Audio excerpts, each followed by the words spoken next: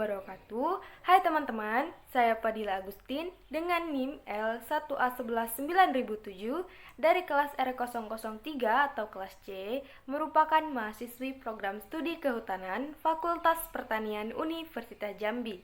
Nah, halo teman-teman semuanya, kembali lagi bersama saya, di mana dalam video ini saya juga akan membahas sebuah materi yang masih memiliki kaitan dengan pengelolaan hutan lestari. Nah, kalau di video minggu kemarin, saya telah membahas mengenai standar bersifat sukarela dalam pengelolaan hutan lestari, dan di video ini sama nih teman-teman, tetapi standar tersebut itu memiliki perbedaan. Kalau di video minggu kemarin, saya membahas mengenai sertifikasi pengelolaan hutan lestari berdasarkan standar IFCC atau Indonesian Forestry Certification Cooperation. Nah, di video ini saya akan membahas sertifikasi pengelolaan hutan lestari berdasarkan FSC atau Forest Stewardship Council. Nah, apa sih maksudnya? Apa sih materi-materi yang menyangkut mengenai FSC tersebut? Maka dari itu, simak video ini ya teman-teman.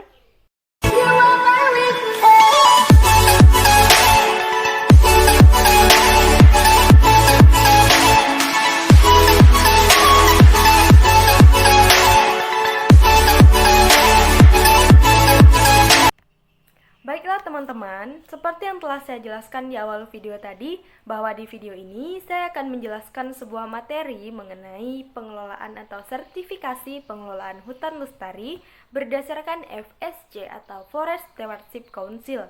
Nah, di video ini akan ada beberapa bahasan yang akan saya bahas. Yang pertama, saya akan membahas mengenai pengertian FSC itu sendiri. Kemudian yang kedua, saya akan membahas mengenai tujuan dari penerapan FSC ini. Kemudian yang ketiga, saya akan membahas mengenai prinsip dari pelaksanaan atau penerapan FSC. Yang keempat, saya akan membahas mengenai standar-standar apa saja yang mendasari dari penerapan FSC ini. Serta yang kelima, saya akan membahas mengenai prosedur atau tata cara kelola atau tata kerja dalam penerapan FSC ini. Baiklah teman-teman, seperti yang telah saya bahas di awal video tadi, bahwa di video ini saya akan membahas beberapa poin-poin penting dari FSC. Namun sebelum itu, kita harus mengetahui terlebih dahulu, apa sih yang dimaksud dengan FSC itu sendiri? Nah, jadi teman-teman, FSC atau Forest Stewardship Council itu merupakan salah satu standar bersifat sukarela yang berhubungan atau yang berperan dalam sertifikasi pengelolaan hutan lestari. FSC atau Forest Stewardship Council ini adalah suatu organisasi internasional yang menyediakan sistem akreditasi sukarela dan juga proses sertifikasi pengelolaan hutan lestari yang independen atau yang berdiri sendiri dan secara bebas. Sistem FSC atau Forest Stewardship Council ini bertujuan untuk memungkinkan para pemegang sertifikat itu dapat memasarkan produk dan jasanya sebagai hasil dari pengelolaan hutan yang sesuai lingkungan, kemudian yang menguntungkan secara sosial dan juga layak secara ekonomi.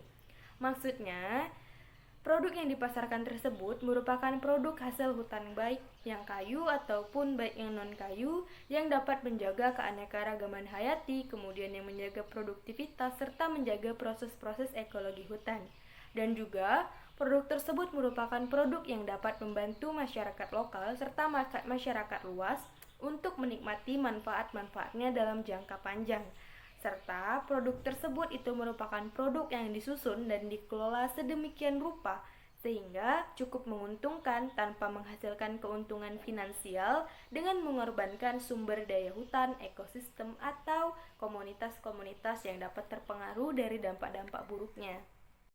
Dengan adanya penerapan dari standar bersifat sukarela FSC dalam sertifikasi pengelolaan hutan lestari ini, tentunya memiliki suatu tujuan yang telah ditetapkan dari awal konsep pembentukan FSC atau Forest Stewardship Council ini. Nah, yang merupakan tujuan dari dibentuknya FSC ini yang pertama adalah sebagai alat pemasaran untuk menjadikan produk Indonesia itu lebih bersaing di pasar-pasar mancanegara. Kemudian yang kedua, untuk membantu kalangan industri dalam peningkatan ekspor produk furniture yang ramah lingkungan sesuai dengan tuntutan dari pasar internasional. Kemudian yang ketiga, itu untuk membantu para pengusaha Indonesia yang memanfaatkan produk hasil hutan, terutama produk kayu, seperti mebel, kemudian plywood dan woodworking dalam memberi jalan keluar dari permasalahan persyaratan yang diminta para pembeli negara asing dalam hal isu ekolabel seperti Verified of Legal Origin, kemudian COC, dan produk-produk yang ramah lingkungan. Kemudian tujuan yang keempat adalah sebagai alat untuk peningkatan harga jual produk furniture. Nah, FSC ini juga menetapkan dan menganut sebuah standar yang digunakan untuk pengembangan serta persetujuan sistem pelayanan FSC yang bergantung atau berdasarkan kriteria serta prinsip-prinsip diterapkannya for Stewardship Council ini. Nah, berdasarkan standar-standar yang telah ditetapkan tadi, FSC ini menyediakan sebuah sistem sertifikasi bagi organisasi-organisasi yang ingin memasarkan produk mereka sebagai produk yang bersertifikat FSC. Prinsip FSC ini adalah suatu aturan atau elemen penting dari pengelolaan hutan yang ramah lingkungan, kemudian menguntungkan secara sosial dan juga layak secara ekonomi. Dan kriteria FSC itu adalah suatu penerapan yang akan memberikan cara untuk menilai apakah prinsip-prinsip dari FSC tadi telah dipenuhi atau belum. Adapun prinsip dan kriteria yang mendasari pelayanan sertifikasi pengelolaan hutan lestari berdasarkan FSC itu dibagi menjadi 10 prinsip dan kriteria. Yang pertama adalah kepatuhan terhadap hukum, di mana organisasi atau penerapan dari FSC ini harus dilaksanakan dengan mematuhi hukum atau aturan yang berlaku. Aturan tersebut baik dalam hal aturan secara nasional yang disetujui, perjanjian, konvensi, atau kesepakatan dan perjanjian internasional. Kemudian yang kedua ada hak pekerja dan kondisi kerja, di mana organisasi atau penerapan FSC ini dilakukan dengan tetap memperhatikan, memelihara, serta meningkatkan kesejahteraan sosial dan ekonomi para tenaga kerja atau pekerjanya dalam organisasi. Kemudian yang ketiga ada hak masyarakat adat, di mana organisasi atau penerapan FSC ini dilaksanakan harus dengan tetap mengidentifikasi dan menjunjung tinggi keadaan masyarakat adat yang legal, kemudian hak kepemilikan dalam penggunaan dan pengolahan, serta memperhatikan wilayah dan sumber daya yang dipengaruhi oleh kegiatan pengolahan tadi. Nah, yang keempat ada hubungan masyarakat, di mana organisasi atau penerapan FSC ini itu harus ikut serta berkontribusi untuk menjaga, memelihara, serta meningkatkan kesejahteraan sosial dan ekonomi masyarakat sekitar hutan dan juga ruang lingkup masyarakat lainnya. Nah, yang kelima, ini prinsip dan kriterianya itu ada manfaat dari hutan. Maksudnya adalah organisasi atau penerapan FSC ini itu harus secara efisien berguna dalam mengelola berbagai produk dan layanan dari unit manajemen dalam mempertahankan serta meningkatkan jangka panjang kelangsungan ekonomi dan berbagai manfaatnya dalam hal lingkungan maupun sosial. Kemudian yang keenam, itu prinsip dan kriterianya ada nilai dan dampak lingkungan. Di sini maksudnya adalah di mana organisasi atau penerapan dari FSC ini itu harus memelihara, melestarikan, dan juga memulihkan layanan ekosistem dan juga nilai-nilai lingkungan dari unit manajemen, serta itu harus menghindari, memperbaiki, dan mengurangi dampak lingkungan yang negatif dan meningkatkan dampak lingkungan yang positif. Kemudian yang ketujuh ada perencanaan manajemen, di mana organisasi atau penerapan FSC ini itu harus memiliki suatu rencana manajemen yang konsisten dengan kebijakan serta tujuan awal dibentuknya dari FSC ini. Kemudian yang kedelapan, itu ada pemantauan dan penilaian, di mana organisasi atau penerapan FSC ini itu harus menunjukkan bahwa kemajuan untuk mencapai tujuan dalam manajemen, kemudian dampak kegiatan pengelolaan dan kondisi unit manajemen itu harus dimonitor atau harus dilihat dan dipantau dan dievaluasi secara profesional dengan skala, intensitas, dan resiko dari kegiatan manajemen tersebut. Selanjutnya yang kesembilan, ini ada nilai konservasi tinggi, di mana organisasi atau penerapan FSC ini itu harus memelihara dan juga meningkatkan nilai konservasi yang tinggi di dalam unit manajemen melalui penerapan pendekatan yang meminimalkan dampak negatif dan memaksimalkan dampak positif. Dan yang terakhir, ini prinsip dan kriterianya ada pelaksanaan aktivitas manajemen, di mana organisasi atau penerapan FSC ini itu harus memilih dan harus dipilih serta dilaksanakan sesuai dengan kebijakan ekonomi, lingkungan maupun sosial yang sesuai dengan organisasi dan tujuan yang memiliki prinsip dan kriteria secara kolektif.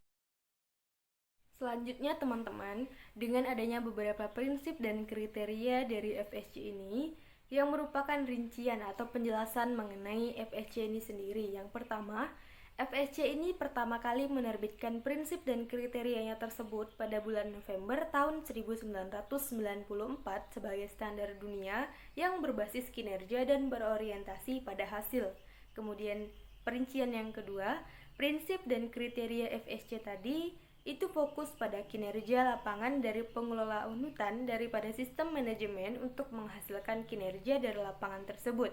Kemudian yang ketiga, prinsip dari FSC itu merupakan suatu aturan atau elemen penting dari pengelolaan hutan yang ramah lingkungan, menguntungkan secara sosial dan layak secara ekonomi, serta kriterianya ini dapat memberikan cara untuk menilai apakah prinsip tersebut telah dipenuhi atau belum. Kemudian yang keempat, prinsip dan kriteria itu adalah dasar dari skema sertifikasi FSC dalam pengelolaan hutan lestari bersamaan dengan pembukaan dan daftar istilah yang merupakan inti dari FSC ini.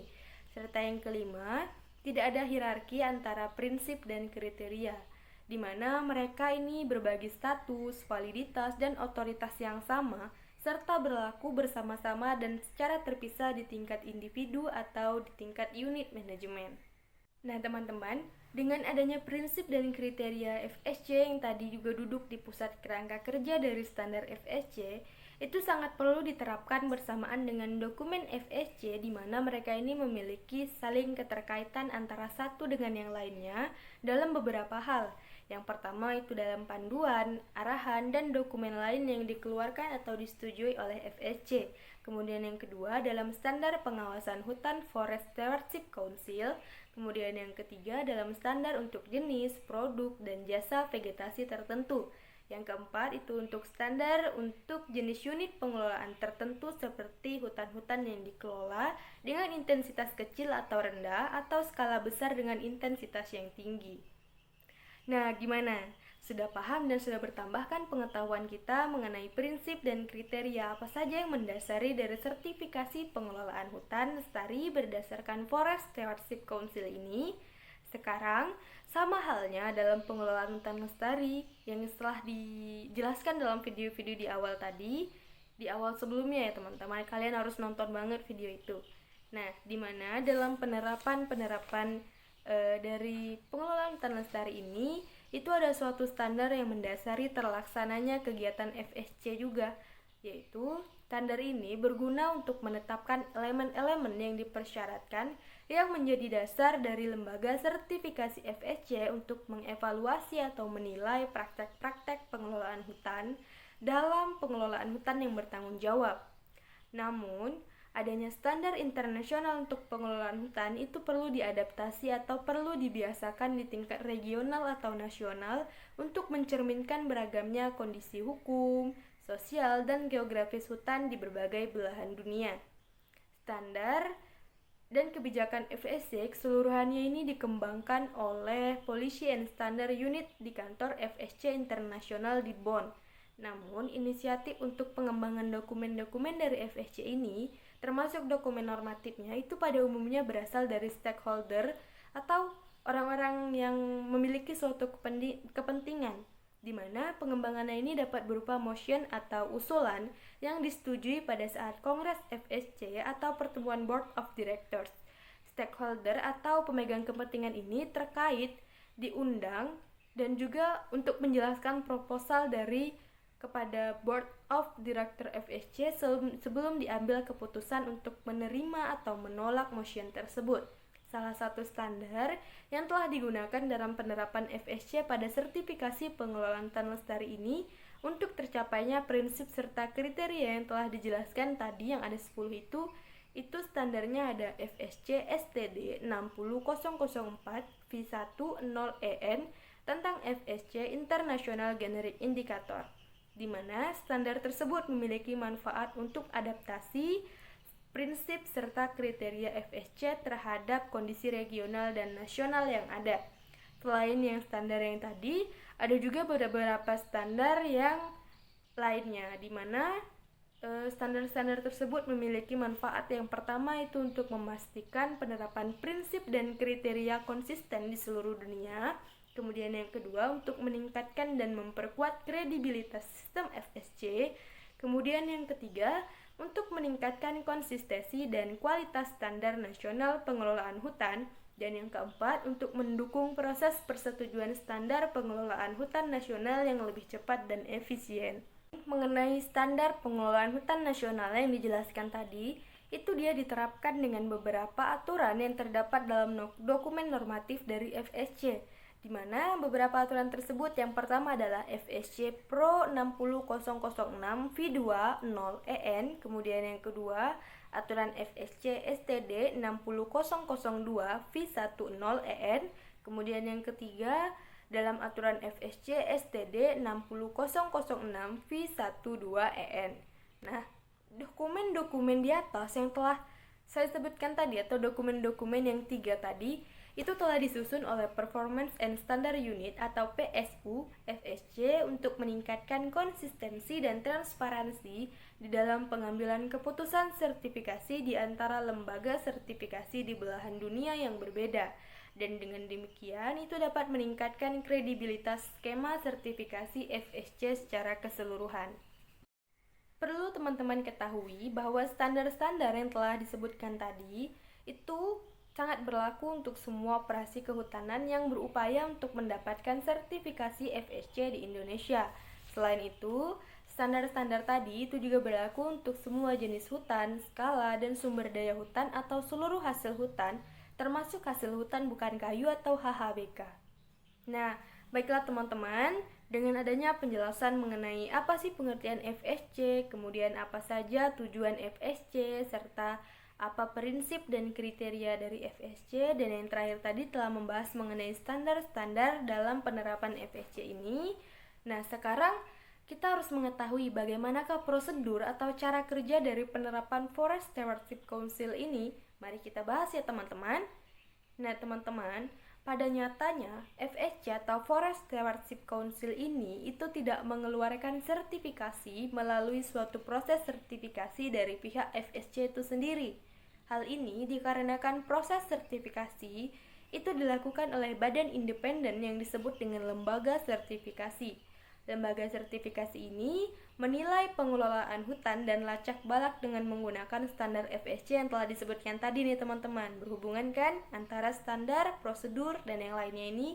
Nah, perlu diketahui juga bahwa hanya pihak lembaga sertifikasi yang terakreditasi FSC lah yang dapat berwenang dalam menerbitkan sertifikat FSC ini. Berikut ini yang merupakan prosedur atau tahapan-tahapan dalam memperoleh atau menerbitkan sertifikasi FSC.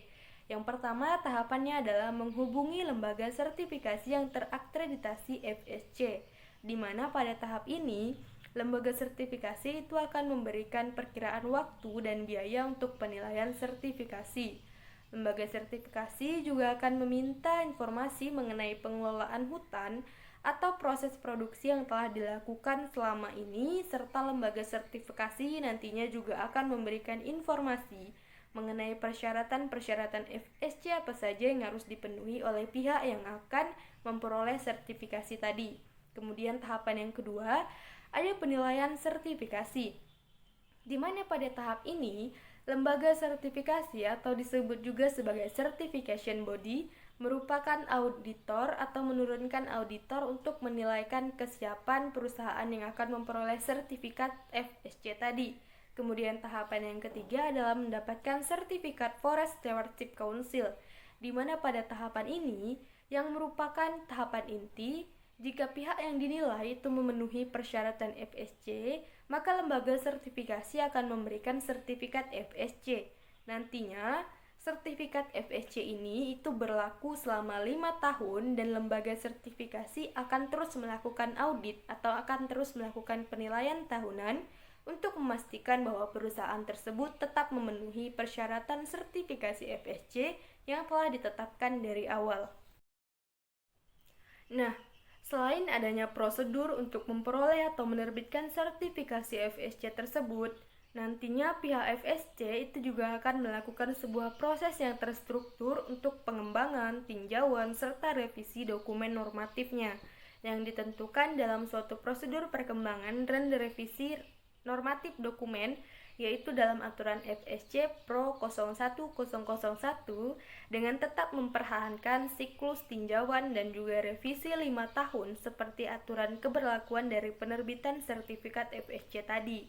Adapun beberapa pihak yang berperan dalam proses pengembangan dan revisi standar itu, yang pertama ada Direktur Kebijakan FSC, yaitu pihak yang menunjuk koordinator untuk proses pengembangan dan juga revisi. Koordinator ini melakukan pembentukan kelompok kerja, kemudian mengelola kelompok kerja dan forum konsultatif, serta yang akan bertanggung jawab untuk menyusun dokumen yang dipermasalahkan dalam sertifikasi FSC tadi. Kemudian pihak yang kedua adalah kelompok kerja, yaitu sekelompok anggota FSC yang terpilih atau ahli teknis dengan pengalaman profesional di bidang yang relevan. Kemudian yang ketiga ada pihak panitia acara, yaitu pihak yang terdiri dari Direktur Pelaksana FSC, kemudian Direktur Kebijakan FSC, dan juga koordinator termasuk beberapa anggota tambahan yang akan melaksanakan dan juga menilai pengembangan atau revisi. Kemudian pihak yang keempat ada forum konsultatif, yaitu suatu daftar email pemangku kepentingan yang memilih untuk terlibat lebih dekat dalam mengembangkan dan merevisi dokumen normatif FSC tadi.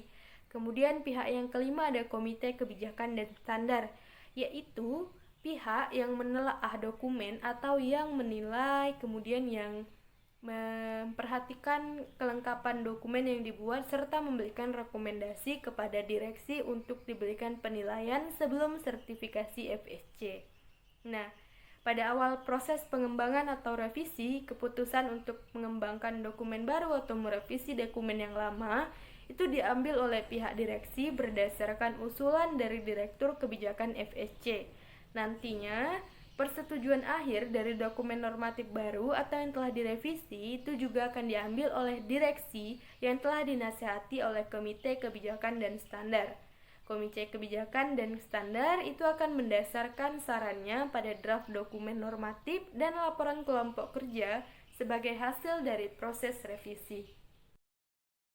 Nah teman-teman, seperti biasanya kita telah masuk ke dalam penghujung video atau video tadi sudah dijelaskan materi-materinya mengenai FSC tersebut, dan sekarang saya akan menyampaikan sedikit kesimpulan mengenai materi dalam video kali ini, yaitu FSC atau Forest Stewardship Council itu merupakan salah satu standar bersifat sukarela dalam sertifikasi pengelolaan hutan lestari, di mana FSC adalah organisasi internasional yang menyediakan sistem pengelolaan hutan lestari dalam akreditasi sukarela dan juga sertifikasi pihak ketiga yang bertujuan untuk memungkinkan para pemegang sertifikat itu dapat memasarkan produk dan jasanya sebagai hasil dari pengelolaan hutan lestari yang sesuai lingkungan, kemudian yang layak secara ekonomi, dan juga menguntungkan secara sosial. Sama halnya dengan IFCC atau Indonesian Forestry Certification Cooperation, FSC atau Forest Stewardship Council ini juga memiliki peran yang sangat penting dalam sertifikasi pengelolaan hutan lestari, agar proses sertifikasi tersebut memiliki landasan atau ketergantungan yang penting dalam mencapai konsep serta tujuan dari dibentuknya Forest Stewardship Council tersebut. Baiklah teman-teman, demikianlah penjelasan materi mengenai judul video pada video kali ini, yaitu mengenai Forest Stewardship Council atau FSC. Kurang lebihnya saya mohon maaf, karena manusia tidak luput dari kesalahan ya teman-teman. Akhir kata saya ucapkan Assalamualaikum warahmatullahi wabarakatuh dan terima kasih, sampai jumpa.